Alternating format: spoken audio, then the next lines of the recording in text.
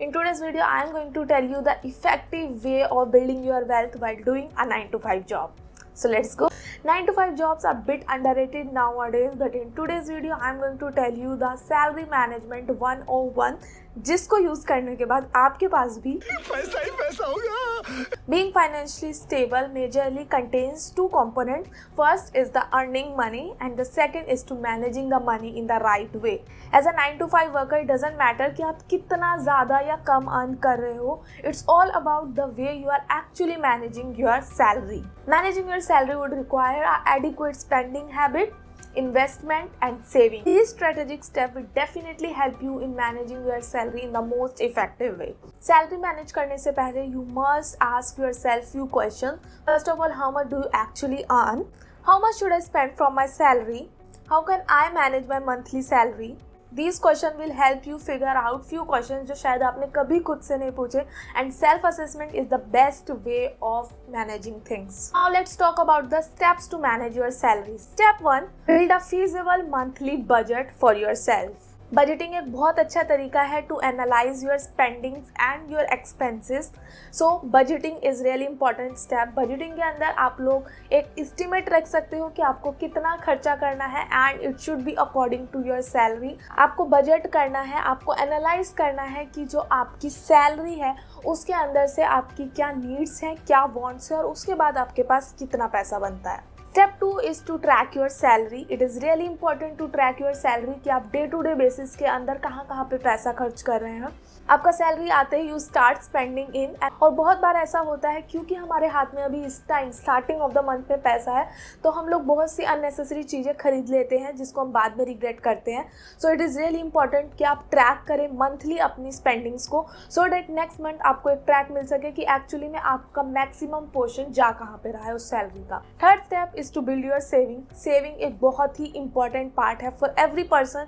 आपके पास कुछ ना कुछ अमाउंट सेव होना चाहिए. हम बहुत बार जितना भी सैलरी आता है उसे स्पेंड कर देते हैं without worrying about the future, and it is really important. जब भी आपको कोई हो सकता है कोई फाइनेंशियल क्राइसिस या कोई इमरजेंसी आ जाए, वहाँ पे सिर्फ और सिर्फ आपको आपकी सेविंग्स ही हेल्प करने वाली हैं. कभी कभी जिस तरह से कोविड आया था and we had a lot of bad time at that time, but जिन लोगों के पास सेविंग थी they were not at all worried and उनका काफ़ी अच्छे से टाइम गुजरा.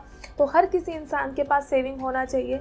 एंड सेविंग आपको आपके मेन अकाउंट में नहीं रखना है, because when you keep on watching that money into your account तो आपका मन कर जाता है उसे निकालने का. सो आई वुड रिकमेंड कि आप एक सेविंग अकाउंट अलग से बनाएं और उसके अंदर अपनी सारी सेविंग्स डाल के रखें and just forget about that money. और सिर्फ जब आपके पास कोई ऐसी इमरजेंसी आए जब आपको एक्चुअल में वो सेविंग चाहिए हो, सिर्फ तभी उसे यूज़ करें. स्टेप 4 इज़ टू पे your bills on time. It is really important कि आप अपने बिल्स को टाइम पे करें. अगर आप अपने बिल्स टाइम पे करेंगे और उन्हें डिले नहीं करेंगे, सो फर्स्ट ऑफ ऑल आपको जो पेनल्टी लगनी होती है उसके ऊपर you are just free from that. एंड जब आप अपने बिल्स टाइम पे भरते हैं तो आप एक्स्ट्रा डेट के नीचे नहीं दब रहे हैं. आपने जो आपका डेट था उसे आप ऑन टाइम क्लियर कर रहे हैं. So it is really important कि आप टाइम पे अपने बिल्स पे करें एंड रेस्ट जो मनी बचे उसे ही सिर्फ स्पेंड करें. Paying your bill all time will also help you in increasing your credit score, जो कि आपके फाइनेंशियल स्टेटस को काफ़ी अच्छा शो करेगा. Step 5, save up cash to achieve significant financial goals. Divide your salary into different portions. आपको किस चीज़ के लिए क्या लेना है.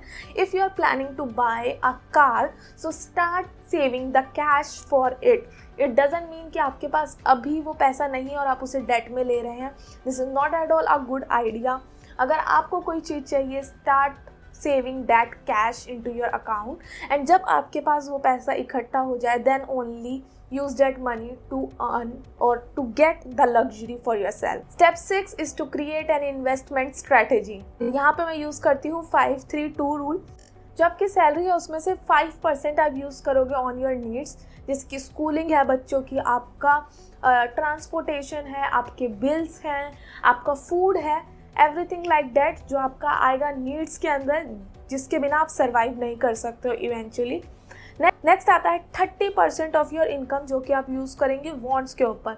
जैसे कि आपको कार चाहिए, आपको कोई लग्जरी चाहिए, आपको घर चाहिए, it all comes in that 30%.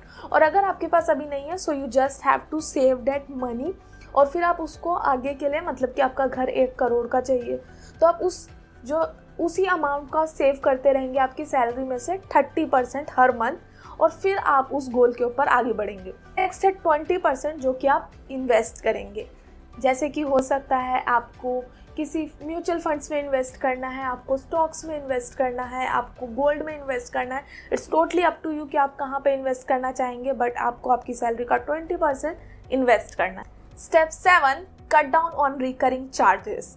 आज के वर्ल्ड के अंदर हर चीज़ का सब्सक्रिप्शन अवेलेबल है। सो अगर आप कोई ऐसा सब्सक्रिप्शन ले रहे हैं जो कि आप यूज़ नहीं कर पाते हैं, जैसे कि नेटफ्लिक्स है, अमेजोन प्राइम है, if you are a workaholic और आपको टाइम नहीं मिलता है to actually watch the film, और आप सोच रहे हैं कि you are actually not making the most out of it जो कि आपने सब्सक्रिप्शन लिया है, so cut down on that.